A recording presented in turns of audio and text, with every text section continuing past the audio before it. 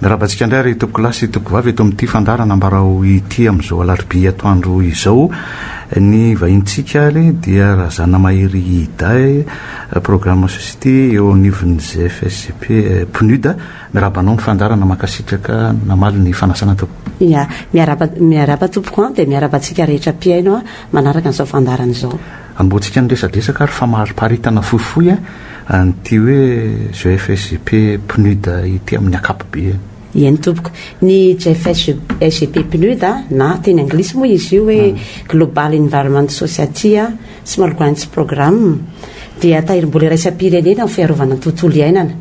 Eran-tany zany dia misy firenena 520 mikambana ao anatin'io firenena io dia ny antopisy iny dia manohana ny fokon'olona ny fotony amin'ny fiarovana ny harena voajanahary ary ny ahatonga izany o isy fiatraikany eo amin'ny harena voajanahary fa indrindrindrina amin'ny tontolo iainana izay iainan'ny olombelona. Ho an'ny Madagasikara manokana moa zany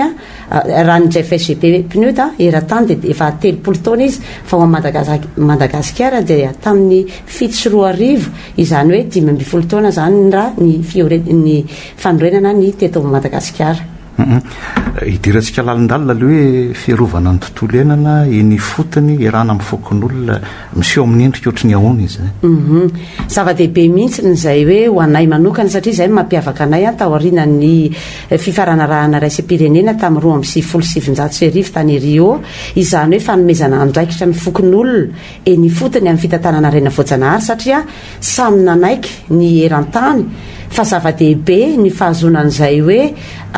fitantanana ny harena voajanahary amin'ireo vondron'olona na fokon'olona eny fotony no ny antony manaraka ireto dia voalohany indrindra no izy akaiky an'ireo harena voajanahary. Zay zany zava-dehibe indrindra satria rehefa akaiky izy dia afaka mahita zay zavatra mety mitranga eo. Faharoa indrindra no fahamaroana izy ireo satria izy ireo no tena anisany mipetraka mandidina ireny harena voajanahary arovany ireny dia anisany mahazava-dehibe ihany koa ka nahatonga ny raisam-pirenena manapa-kevitra hoe ireo zany no tokony hanampiana, ireo zany tokony amena tosika amin'ny fiarovana ny tontolo iainana raha tiantsika holovain'ny taranaka sy holovain-jafy ireo harena voajanahary ireo. Dia ny fahatelo farany moa zany izy no miaina ary mahafantatra ireo harena misy rehetra ao anatiny ireo dia zava-dehibe tokoa satria lasa aretsaina indray sy arena kokoa le olombelona izay mipetraka eo anatiny noho izay hoe mahazava-dehibe an'izay hoe fiarovana ny voajanahary izay. Efa nisy rafitra nipetraka teo aloha teo anivon'ny fokon'olona ny dina sy ny fifampitondrana tsy manova zay ve ny fidiranareo antsehatra amin'izay hoe ny nivon'ny fokon'olona zay sa hoe mety moderna kokoa zany le fifampitondrana manomboka zao anatin'le ay ny mampiavaka ny FSCP dia noho izy izay manaja ny rafitry fotony. Raha ataontsika zany amin'ny matahirim-bola iraisam-pirenena ny amin'ny FSCP PNUD zany dia zao ho an'ny Madagasikara ahafahana mahazo an'io famatsim-bola io dia misy aloha zany ny harena voajanahary izay arovana fa misy ihany koa le olombelona izay mikarakara azy dia ahoana fomba fiseho an'izay amin'ny resaka famatsiana. Fomba fiseho an'izay amin'ny resaka famatsiana dia zao fivoriam-be-pokon'olona no manapaka inona no etsika atao ho fiarovana ny tontolo iainana eto amina faritra ifampivelomana anankiray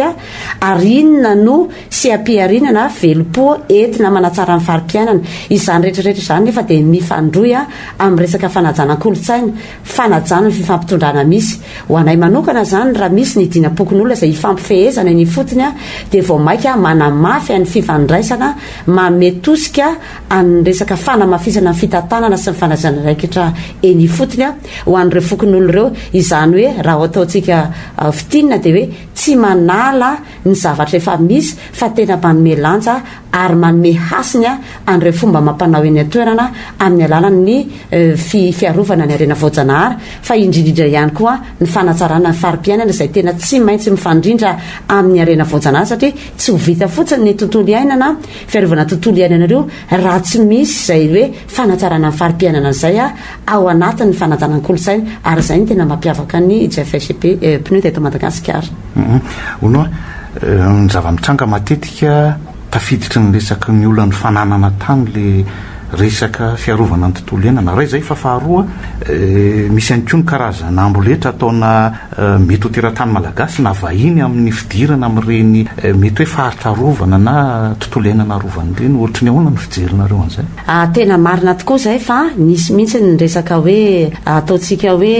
olana eo amin'ny fananatany satria raha ny lalàna moa zany dia misy le hoe rehefa mipetraka nanamainto milalan'ny tany a dia afaka ataony mangataka n'ireny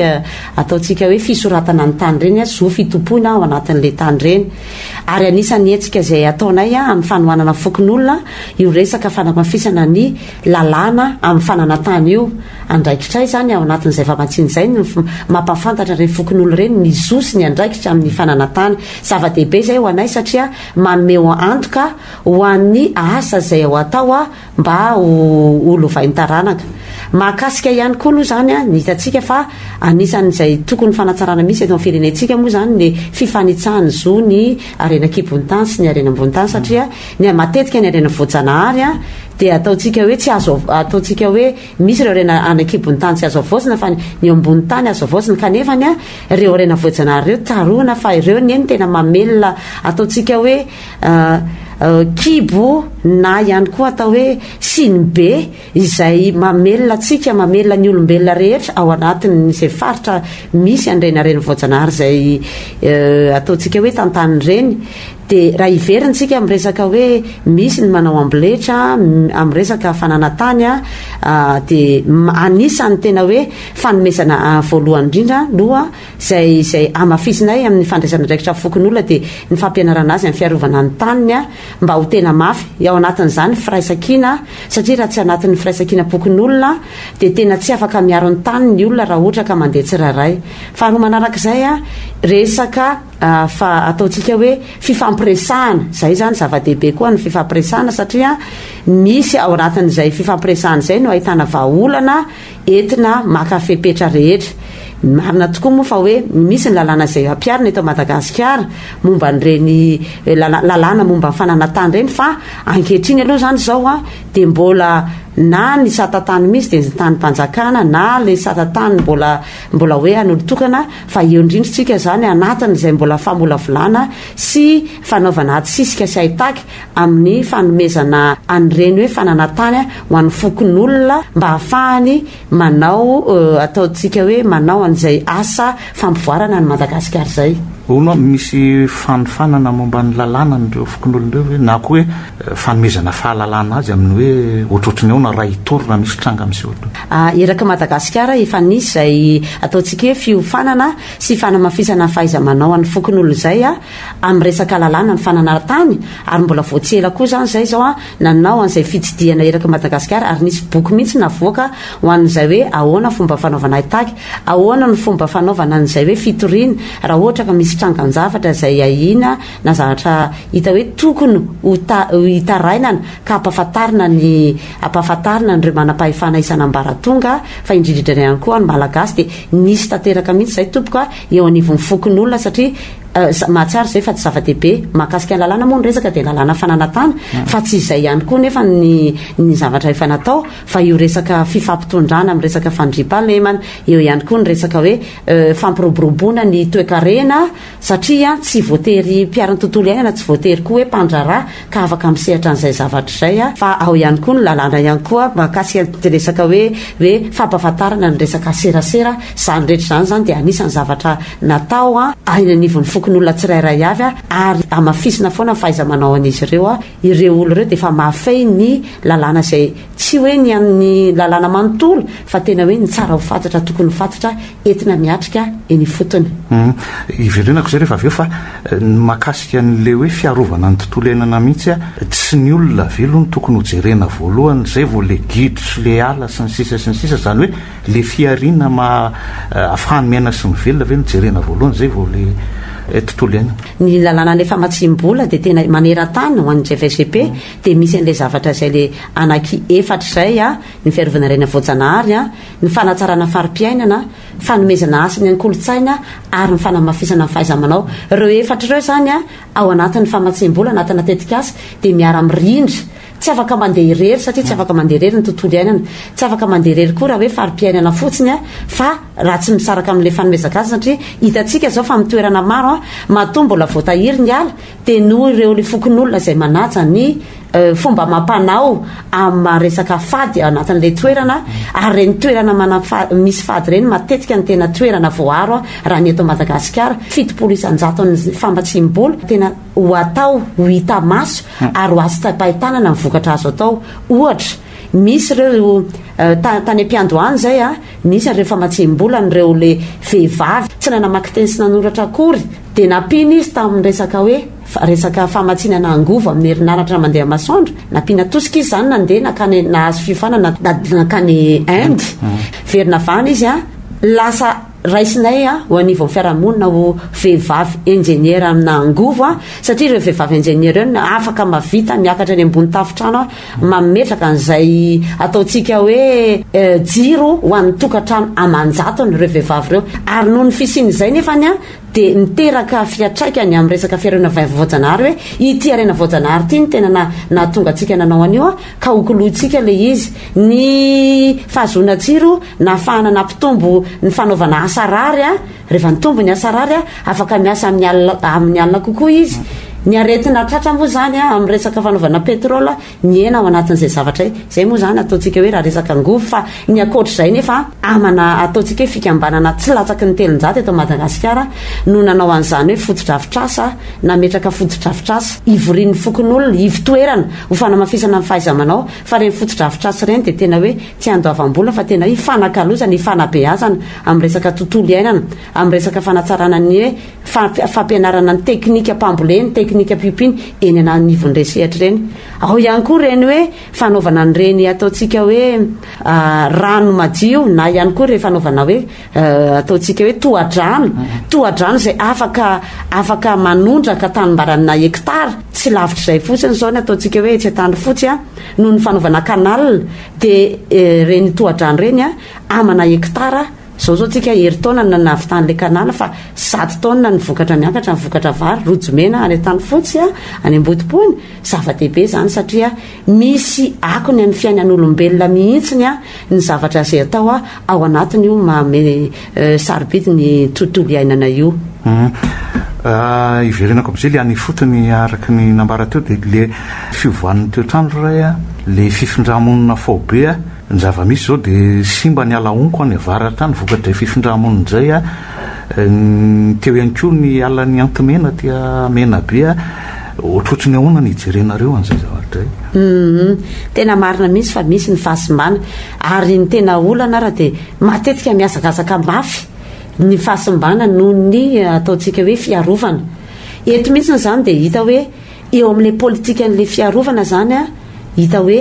zava-dehibe zay tena manao zava-dehibe an'le politika fiarovana satria matetika ny atsika dia hoe le politika izay le eo akaiky no ny tena ataontsika hoe tsy ratsa ny fambolekazo a ataontsika hoe ilaina fambolekazo fa le firy tapitrisana hektara le fiarovana io aiza ny fanamafisana politika atsika eo zany ny mahatonga le izy hoe andao a reo fokon'olona zay miara-miasa amintsika ireo amafisina le fiarovana n'izay efa misy aloha zava-dehibe zany ny fiarovana ny zavatra efa misy sy ny fitehirizana reo amin'ny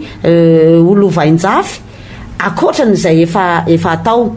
na izany ara nefany a le hoe fanamafisana fandraikitra ny fotony dia zao zava-dehibe ao ary anisan'ny hoe nanivana paikady raha taloha fikambanana no novatsiana famatsim-bola dia zao dia ny fokon'olona mihitsy iny moa le tena hoe fokon'olona anisan'ny tena hoe profo ao anatin'ny fanomezana ary ataontsika hoe sivana anankiray fanomezana n'io famatsim-bola io a ny fampandraisana anjarany rehetra iny ndikany hoe fampandraisana anjarany rehetra misy tetika asa manokana ataon'ny sembany misy tetika asa manokana ataon'ny tanora misy tetika asa manokana ataon'ny vehivavy misy ihany koa ny atao hoe lehilahy ao anivon'ny faritra satria zay rery ihany ny fandraisana andraikitra nyreo rery ihany a no ahafahantsika miaraka manamafy an'izay fitantanany ny fotony izay a mba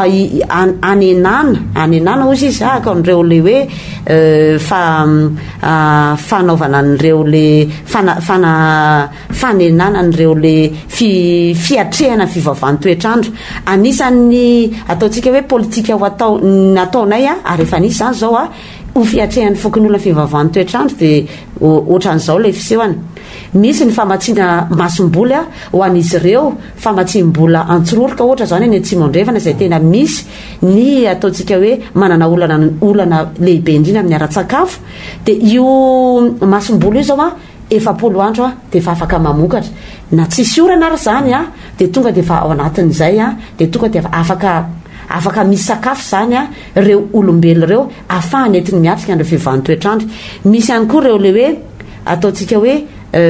fampiasana n'ireo le hoe fitsitsina n'le rano eo zany dia tena hoe na amafisina indray fampiasana n'ireo le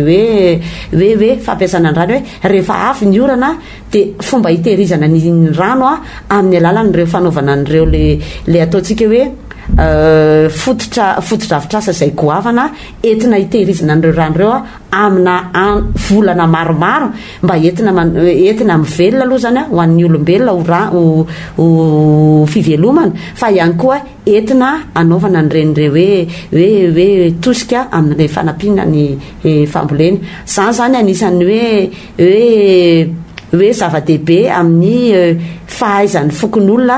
miatrika an'izao fivavahan'ny toetrandro zao. Ona faritra izavy no idiranareo antsehatra ohatrotry ny ahoana ny fifanarahanareo fiara-miasa amin'le vondrom-bahoaka-paritra hoe raha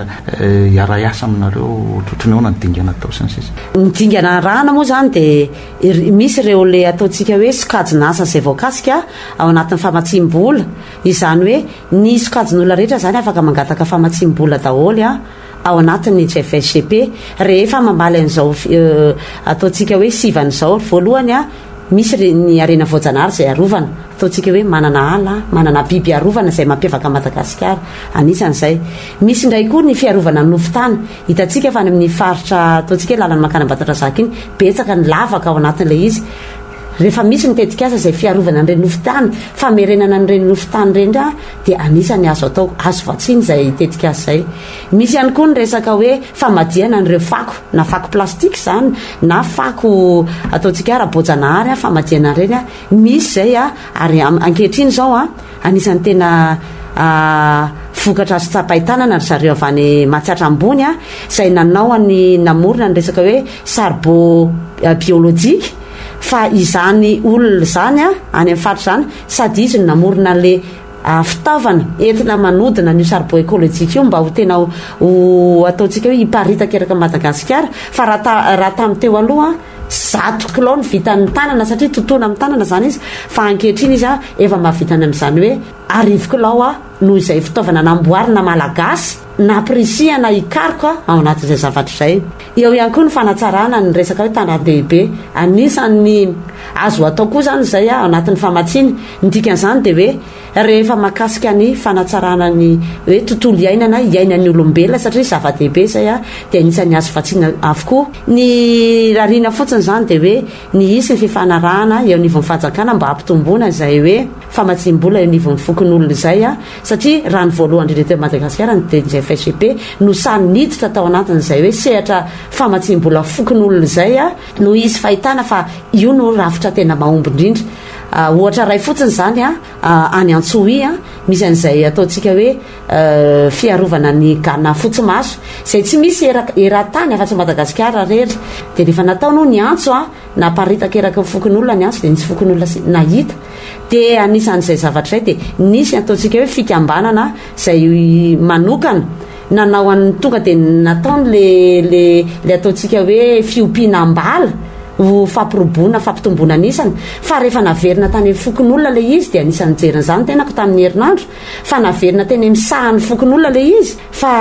ataontsika hoe ny karakaraina no maha-izy an'ireo fokon'olona ireo tamin'ny fambolena vary fa ny ireo le novotsirana ireo gana fotsimaso novotsirana tamin'ny toerana fivelomana rara-boajanahary ireo dia tena masoko tompoko nahita fa dia tena tsy niala akory na nisy ara fa ny tombo taranaka zany mampiseho fa na tsy vatsian'ny SGP fa hoe fitantanam-pokon'olona tompoko dia mahomby eto Madagasikara ary io no tena anisan'ny hoe vahaolana ho fampivarana ny Madagasikara. ia mifarana ny fandarantsika isaorananao raha matora zana mahery da sanany